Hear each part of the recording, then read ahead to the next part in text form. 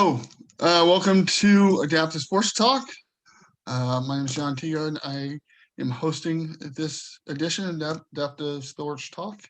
And today we have Bryan Price with us. He's a Paralympian and also a war hero. So, Bryan, thanks for being on with us. How you doing today? I'm not doing too bad, John. Good. And you're out in the Casper, Wyoming right now, right? Yep. We're probably going to stay here. I mean, we miss the Midwest, but it's yeah, we like it here. Okay, but you're originally from Tennessee, is that right? Oh no, Missouri. Oh, you were okay. You were living in Tennessee for a while. I'm originally from Layton, Missouri. Right before you met me, I had just moved back from Tennessee. I was stationed out there. Oh, okay. Yeah, you and I met Bobby Baker and playing some wheelchair softball, and did that for a while, and then got into the adaptive biathlon, correct? Yes. Okay. Tell us a little bit about that. How you got into that, and your experience with the Olympics, and well, when I started, it was with the Kansas City area playing basketball, softball, and then I started getting real heavy into sports, and I went to cheer games, and they had a scout there from the U.S. the Team USA. There was some guys they were trying to introduce some people to sports, see if they can get somebody fast enough to make the team. And then I got invited, and the bug bit me pretty hard. And then I don't know. I did some summer training for like 3 days and went home and spent like $4,000 on equipment. Oh, wow. Not a cheap sport then, huh? Well, I mean, the rifles, $3,000. Well, yeah. Skis, $1,000 a pop. Yeah. Okay. Exactly what is the biathlon? It's a mixed cross-country skiing and shooting. So you'll go out and you'll do, depending on, then you'll either do 2-stage or a 4-stage race. Mm-hmm. And you'll go out, you'll do a set distance, 2.5 kilometers, and then you'll come back in, shoot 5 shots, and either do a penalty loop per miss or a penalty time per miss. And you'll either do 2 or 4 stages, so 10 or 20 targets, and then you'll do a lap and finish. Okay. And you had some experience shooting in the Army, correct? Oh yeah, I had plenty of experience shooting. Okay. So you are, like in my intro, I told everybody you were a war hero, and I know you have at least one Purple Heart. Don't you have like? I want to say war hero. I think that's kind of stretching it. Okay. But you have a few Purple Hearts, and that's kind of how you got injured, correct? Yeah. It was 2006. I was injured by an IED, a roadside bomb, and I was paralyzed from the waist down. Okay. Yeah, I remember we were coming back from. You kind of told me that story a little bit as we were coming back from Omaha, Nebraska, the softball tournament. Yeah. So it was a pretty incredible story. Yeah. You just kept going, and it's just one of those things. You can't ever let yourself be out of the fight. When we got hit, it was kind of chaotic. So I was on a 50 cal in the Humvee, and so I had the most important gun in the convoy. So it had to at least be firing, even though I was too dizzy and weak to aim it and hit anything. But I was kind of shooting the countryside pretty good. Yeah. But you guys stitch you up right there in the vehicle?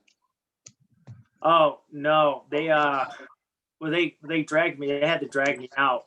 Okay. I mean, yeah, I bled all over the place like a stuck pig, and so it's like it was a huge mess in there. They were just trying to get me out so they can kind of get me cleaned up so they can see where my wounds were.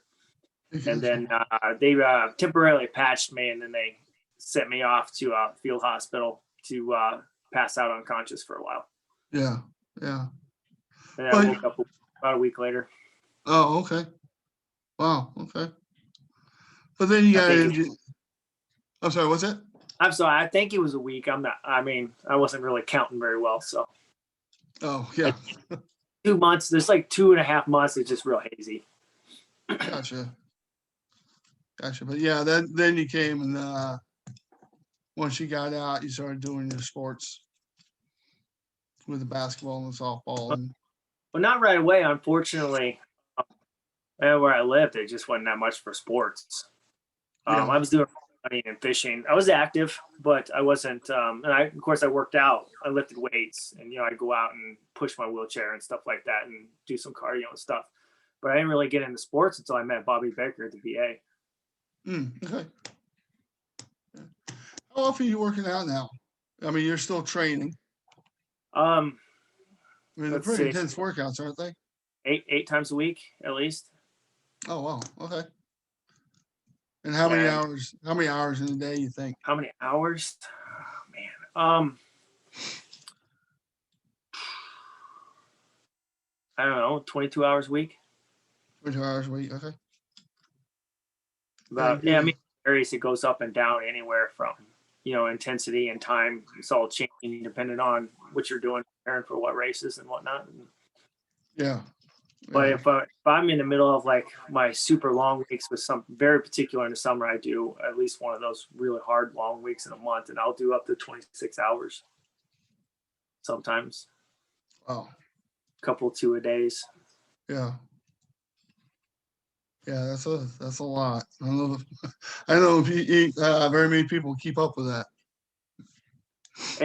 It's tough, and every once in a while you do too much. You got to take a little time off. But yeah, it's not saying I don't. Because I do have run myself into the ground a few times.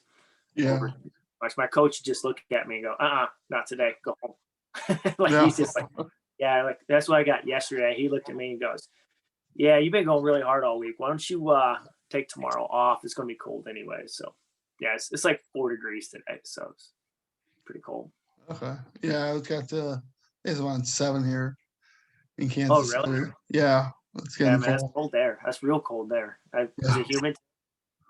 No. I mean, it was flurrying some, but it's just cold. That's the thing. Like here, it'd be 15, and it still feels warmer than Missouri in wintertime. Yeah. There's no humidity.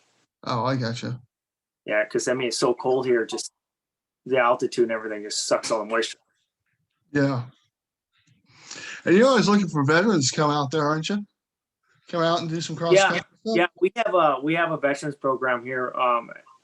Casper Mountain Biathlon Club. We do a couple of camps a year sometimes, and we'll fly and get you a hotel and drive you up and down the mountain, put you on some skis or some wheels, depending on the time of the year. See how many guys can actually still think they can shoot. Yeah. It might be interesting for some of those veterans to come out and try that out. I know they're always looking for things to do, and yeah, I mean, John, you're more than happy to pass my information on to anybody. Okay. Yeah. So anybody if is interested in that, let me know. I'll get you in touch with Ryan. Yeah, usually we don't have a wait list, but every once in a while we get a wait list. We get guys waiting to get in that camp because we can only manage so many people at a time because it's a pretty equipment intensive sport with the and coaches, and I mean because we do blind guys and all types of guys. We have a blind guy that takes an entire extra coach. So because he has to have a guide the whole time to either run behind or ski behind. So that way, they don't like running into trees. Yeah, I can imagine.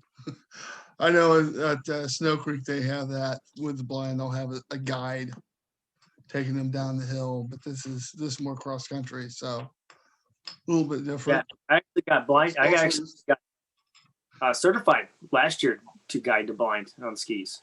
Oh, did you? Okay. So yeah, and I went to an event, and they said the first sit skier they'd ever had guide anybody that was blind. And as far as I know, I might be the only one that I know of ever done that. Okay. I mean, lots of guys out there who could do it, but you got to have the opportunity to do it. Right. Yeah, you have to have the opportunity and also just The know that speed. you can, yeah, the speed and know you can do it. So you're pretty fast. I remember Yeah. that. I remember playing softball up in Omaha, and you were in your everyday chair hitting triples against world champion Barons. Remember that? Yeah. Yeah. Yeah. And I was trying to turn the bases. I was almost in the outfield because the chair wouldn't turn fast enough. Right. Yeah, it was crazy. But you're doing well. You just got married a few years back. Now you Oh have man, 5 years, 5 years now. 5 years. Okay. All right. Yeah. And Been a you have, while. Man, John, we haven't seen each other in like what, 3 years? yeah, Yeah.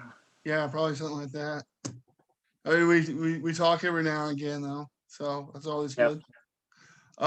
But you had a baby not too long ago either, right?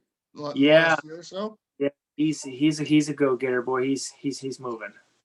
Yeah, I see him working out with you a little bit sometimes. Post that on Facebook where you're working out inside and he's trying to help you out. Yeah, no, he comes over there and he wants to, I'll be on the ski machine and he'll come over there and just start taking over. Yeah. Yeah, I just get on my lap and just ski a little bit. And I take him up on the mountain and then I'll do my workout, and then I'll just toss him on my lap either before or after my workout, and I'll ski around with him. Yeah. Well, that's cool. That is cool. So I'm hoping to get him skiing. We put him on skis, but it didn't go so well. So it turned into, he was crying pretty hard. Little icicles falling off his face. oh, okay. Well, he'll get used to it, He's only a year. Yeah, it takes time. Right. He just learned how to walk. You don't throw something heavy on his feet and tell him to go. Yeah. How old is he now? Year and a half. Year and a half. Okay. All right. Well, cool. So, okay. Well, you have any words of wisdom for people out there wanting to get into the biathlon or Man, anything else you like to it's say? it's a tough sport, but man, once you get over the hump of beginning, it's extremely rewarding. Man, I don't know. Just for biathlon, I don't know. I get more words for anybody with a disability. Get up, get moving, find something. Even if you want to play, what's it, bocce ball, where you're just tossing the ball. I mean, anything. Just get out, be social, be active. That's How much did that help you for just getting in and starting to play sports? I mean, how much did that help you, not just physically, but mentally and emotionally? So I used to have a lot of nightmares, combat nightmares. I mean, I had a ton, nonstop. When I started playing sports and being more active, my mental health got significantly better. And then I was able to, I wasn't a drunk, but I drank quite a bit. I quit drinking because I drank to sleep pretty much. And Yeah. then, so I quit drinking as much, and then started sleeping. My flashbacks have gone away, and so, yeah, it's really helped out a lot with my mental health. I mean, and socially, I can go out, socialize a lot better than I could after I first got hurt. A lot of that's due to sports. Yeah. Yeah, it kind of gives you something else to focus on and look forward to, and just getting out and competing. That show you that you can do more here at home. Right. Absolutely. And that's one thing I always want to tell people is, there's things you can do. You can get out. Even if it's not playing sports, there's all sorts of other opportunities. When you're in a chair that you don't have to just sit at home. Go out and socialize and get involved. Whether it be sports or a choir or something. Yeah. Just For get out skiing, and live your life. yeah, for skiing, that's what actually really the biggest thing for me. That's why I dropped all my other sports that I was doing, is because I really enjoyed my other sports, and I really miss my team sports, having teammates. But the one thing that I got that I feel like that I get from skiing is absolute freedom. Because even when I play basketball, you know, I'm quick, I'm having fun, but I Right. still feel a little restricted. But I would like when I get in a sit ski, I mean, I can climb mountains. You know, I can go. I can do 50 kilometers in a day. You know, just out on ski Oh, trails, and I can go so many places, up big steep hills, down steep hills. You know, all over the places I couldn't go in a chair. yeah, That was my beautiful wife sneaking in here. yeah. She should have said hi. Oh, she realized the interview's still going on. She snuck out of here. Okay. Yeah, that's absolutely right though. It's yeah, I've gone out hand cycling and that's just kind of nice to just get out on your own and you know. I got a question, John. Do you have a lot of nerve pain? Some mostly in Does my it feet. get better when you exercise? Yeah. All right. Yeah, I've been telling people that. That's a big thing that I've been trying to tell people about because my pain before I started sports, Mhm. horrendous. And I mean, it's still bad. I mean, it's obviously it's worse than other people. I can tell how they're acting when I'm around them. But my pain has gotten so much better than it used to be. And I'm not the only one. I mean, I got a friend that lost an arm, and he skis all the time. And he told me his phantom arm pain is gone when he's working out. I mean, he does all types of stuff. Oh, He was on the national team for triathlon, and he went to Sochi and skied with us. I mean, he's just. I think he just did cardio just to keep his pain gone for a yeah. long time. How was that in Sochi? I crashed. Yeah. Man, no, I didn't just. Man, it was solid ice, so it was unbelievably fast. I never skied on anything like that. Yeah. And when I went down, it was. Man, I be honest, asphalt hurts less. Mm. I just couldn't believe it. It was like hitting 50 grit sandpaper. It just chewed me to pieces. But what an amazing, like, still though, smiling ear to ear, covered in blood. You know, like it's Yeah. the paralympic. Right. You know what Right. yeah, anything less than a broken bone, I think, is still and be still blast. Yeah, it's an unforgettable experience, especially being a para. We don't get to compete in front of crowds and stuff a whole lot. Mhm. But like I said, I don't know, it's probably 80,000 people I raced in front of, and so yeah, that was pretty cool. Yeah. Now what's your shot at 2021 in Tokyo? Well, I don't know. So I got injured not too long ago. I got hurt my elbow pretty bad. Okay. I had to take a lot of time off, and I'm trying to come back from that. And I've had a few good races this year. One that I felt was good enough to get me looked at for the games. And then, of course, I have a whole nother year before they select a team. Oh, okay. Oh, okay. So the winner's not. Is that going to be? That's going to be 2022. Yeah. And where's that going to be? Beijing. Beijing. Okay. Okay. Well, And we so, wish you luck making that. yeah. I mean, I'm hitting it pretty hard. So we'll see if I make the team. And plus, I'm getting ready to turn 40 next month. So Yeah. Yeah. I know. I've talked to you about it before, and you told me it's not easy to make the team because there's some talented guys. Yeah, and the longer I've been doing the sport, it seems like the U.S. is getting more and more talented athletes, and so the competition gets harder and harder and harder every year. Yeah. Since I've been in this sport really serious, it definitely seems the competition is growing. The sport's growing in the U.S., and that's bringing in a lot of competition. Okay. Well, we're rooting for you. Like to see you get out there again and represent us out there in China. That'd be awesome. Yeah, I'm still waiting for you to come out here so I can throw you down a hill. Yeah, I know. See if you make the turn at the bottom. I'm a summer sport guy. I don't like the ice and cold. I mean, it'll get me in a basketball gym, but other than that, they've been trying to get me up there at Snow Creek too. keep telling me, come on out and ski with us. Oh yeah, well, yeah. It's not. It won't be that cold there. Yeah. You know, I guess it's Snow Creek's in Missouri, so I Mhm. guess it would be cold. Yeah, it's pretty humid. Yeah. Yeah. But yeah, you get out there and get the alpining down the hill, man. Let's do some sliding. You'll like it. Yeah. Smack off the snow a few times. I'm sure I will. I'm sure I'd like it. I like the water skiing. That was fun. So You know, I have never done para water skiing. I got a buddy that lives down in Colorado that's invited me down. I need to go down there and do it. yeah. Yeah, he's. I mean, he was on the national team for water skiing. He does like flips and all types of crazy stuff. And I was like, yeah, I'm probably just gonna go skiing. Going to end up smacking my head off the water at 60 mile an hour. Right.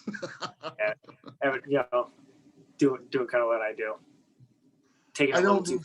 Yeah, I don't do flips, but I can go back and forth and go over the wake. I could do Yeah, that. That's about it. So okay. Well, hey, Bryan, great having you on, and I'm hoping people see this and get encouraged, and maybe get some people giving you a call. yeah. We'd love to have him out here. Yeah, that'd be great. It's it's not a sport people hear a lot about, so I was really glad to get you on here and talk about it. Yeah, well, not in the U.S. anyways. I mean, it's the number 2 watch sport in Germany, Oh, is it? Okay. right after soccer. Yeah. And of course, I mean, you can only get in Scandinavia. Those guys are crazy about their snow sports. I mean, I snow 9 months out of the year, so. Right. Gotcha. All right. Well, for everybody, if you're interested in talking to Bryan about biathlon and going out there and skiing, especially if you're a veteran, let me know. And go ahead, and if you're seeing this, you like it, like our page, share our page.